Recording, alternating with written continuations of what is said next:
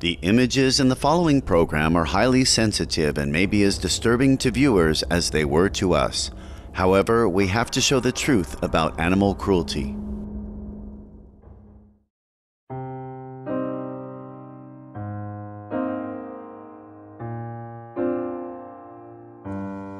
Informed viewers, welcome to Animal World, our co-inhabitants. On today's episode of the Stop Animal Cruelty series, we will visit with Stephanie Brown, founder and director of the Canadian Coalition for Farm Animals, or CCFA. Ms. Brown, who follows a vegan or animal-free diet, has long worked to improve the lives of millions of voiceless animals in Canada, where approximately 696 million of our fellow beings are slaughtered each year for meat.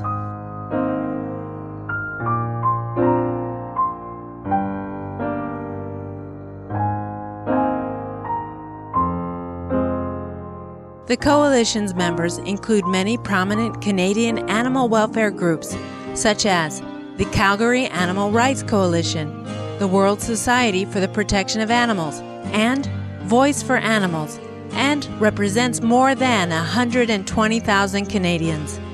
The group seeks to raise awareness among Canadians about the horrors of factory farming in their country and around the world. We will now hear from Stephanie Brown about the Coalition's beginnings and the key issues on which the group is focusing.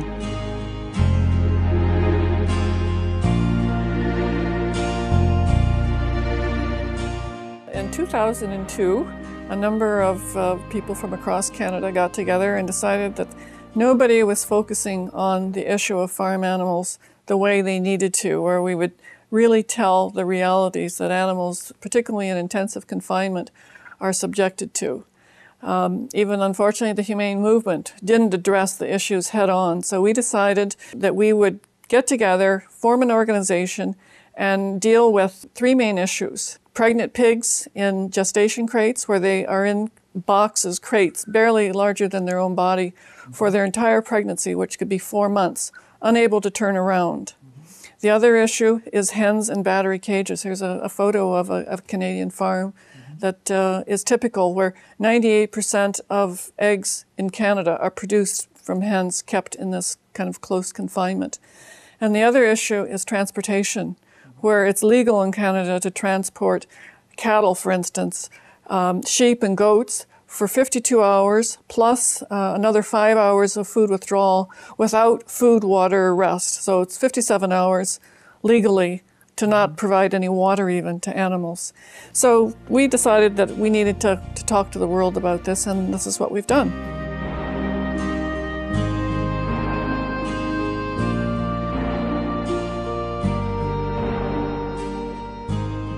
Chickens are lovely beings that care for each other very much, with roosters being ever vigilant in ensuring the safety of other flock members. Chickens are extremely intelligent as well. Speaking of their reasoning capacity, Dr. Chris Evans, director of the Centre for the Integrative Study of Animal Behavior at Macquarie University, Australia, states, "Perhaps most persuasive is the chicken's intriguing ability to understand that an object, when taken away and hidden, nevertheless continues to exist. This is beyond the capacity of small children."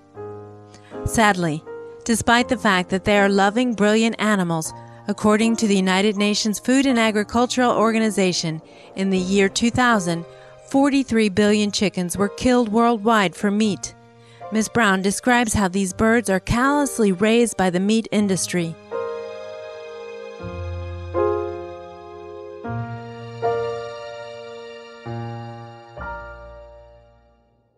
So as they've grown from this tiny little chick to 6 weeks later when they're going to be slaughtered, naturally the space becomes smaller and smaller per bird. And so they are quite crowded. And they don't have a lot of space, and a lot of these meat birds suffer leg problems because of the weight. They're bred to have this large breast, and so this makes their bodies sort of unbalanced. Then they're grabbed up when the slaughter time comes. There's people called catchers who take the birds by their legs, hold them upside down, maybe 4 or 5 birds at a time, and they're pushed into these cages to be transported to the slaughter plant. Ms. Brown describes the typically appalling end to the lives of factory farm chickens. They're taken to the slaughter plants. Sometimes they wait hours to have their turn to be slaughtered, so they're waiting in trucks all crushed together in these very small containers. The birds are grabbed out of the travel containers and hung upside down on metal shackles. In terms of laying hens, they often have osteoporosis from having the calcium go into the eggs that they produce, so they've got broken bones, broken legs, broken wings. So they're hung upside down and they're passed along into a water bath, which is supposed to stun them. Now, it doesn't stun them in terms of really making them unconscious. It's just to immobilize them. So they're still conscious. Is this hot water? It's hot water, yes. In many instances, when birds try to raise themselves, try to right their bodies, they miss the water tank. And so the next, they go to a neck cutting machine to have their necks cut off so that they're bled out. But even sometimes with that step, the birds miss that step, if they've kept their head up. And then they go into a scalding tank, which is to remove their feathers. So birds, in some instances, go through these various processes, all again upside down, and they're still alive when they get to the scalding tank. So they're being drowned in this boiling water.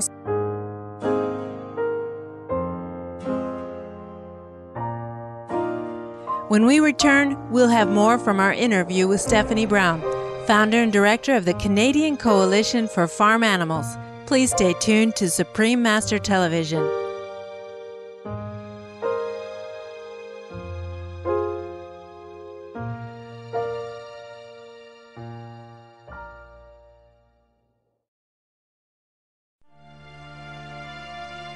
The images in the following program are highly sensitive and may be as disturbing to viewers as they were to us.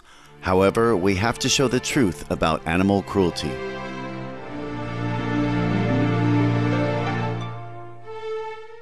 It's an issue that people perhaps don't want to know about, but slaughter is not a nice scene.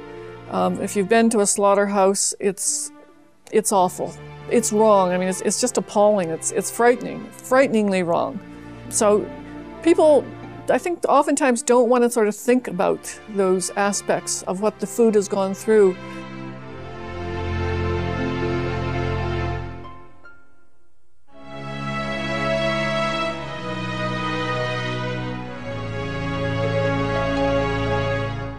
This is the Stop Animal Cruelty series on Supreme Master Television. We are interviewing Stephanie Brown, founder and director of the Canadian Coalition for Farm Animals, a nonprofit group actively working to improve the well-being of farmed animals in Canada and to inform the public about the atrocities occurring in factory farm operations. Though we don't think of horses as possible victims of such killing operations, in some countries, horses are regularly slaughtered for meat and for products such as glue. Ms. Brown provides more details on what is happening to our noble horse friends. There is a big horse slaughter industry in this country. The United States has banned the slaughter of horses for meat. And as a result, there are still some horses that are being shipped out of the U.S. to Mexico and to Canada. Our horse slaughter has more than doubled in the last couple of years because of what's happened in the U.S. with horses. And horse slaughter, again, is a very ugly business. And we've been involved with an expose of a horse slaughter plant in Newdorf, Saskatchewan. And as the numbers increase of these animals being imported into Canada, the number of slaughter plants increases. So now we've got a slaughter plant that recently opened in Ontario.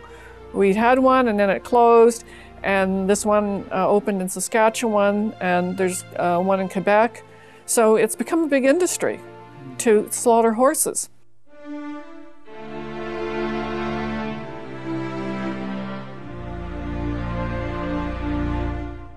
Horses are not all protected or looked after when transported to slaughter sites.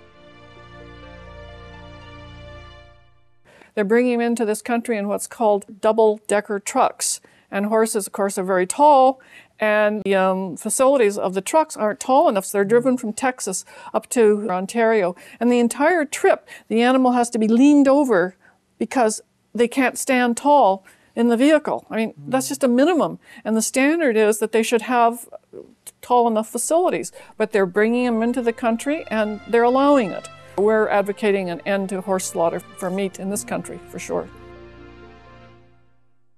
Another problem that many may be unaware of is the danger of fires and the lack of protection afforded to animals on factory farms against this possibility. Yes, we just recently did a media release, our group and Animal Alliance of Canada, which is another Toronto-based organization, about barn fires, because there's been a terrifically bad record of numbers of animals being killed in these fires. Last year, more than 30,000 pigs were killed in Manitoba alone.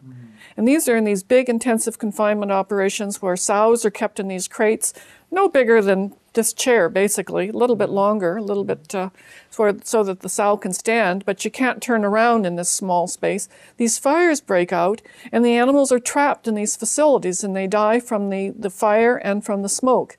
And it's not even a requirement, according to the federal fire standard for barns, that there be smoke alarms or water sprinklers. And we think it should be. So one of the tasks that is before us is to try to get changes to the fire standards for Canada for these big barns.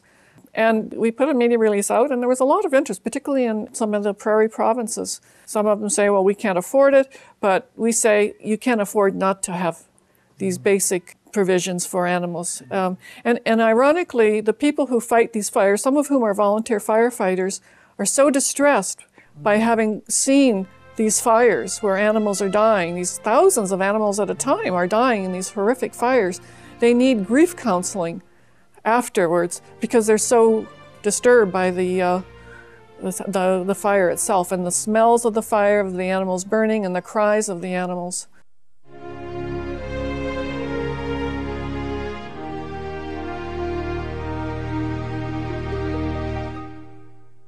We salute the Canadian Coalition for Farm Animals for its effort to bring the suffering and severe mistreatment of our precious factory-farmed animal friends to the forefront of public awareness in Canada and promoting animal welfare. Our appreciation also goes to Stephanie Brown for taking time from her busy schedule to inform us about the Coalition's laudable work. Thank you for joining us today on Animal World, Our Co-Inhabitants. Coming up next is enlightening entertainment after noteworthy news. May the animals on our planet be appreciated, protected, and recognized for their many contributions to our world. For more details, please visit www.suprememastertv.com/stop-animal-cruelty.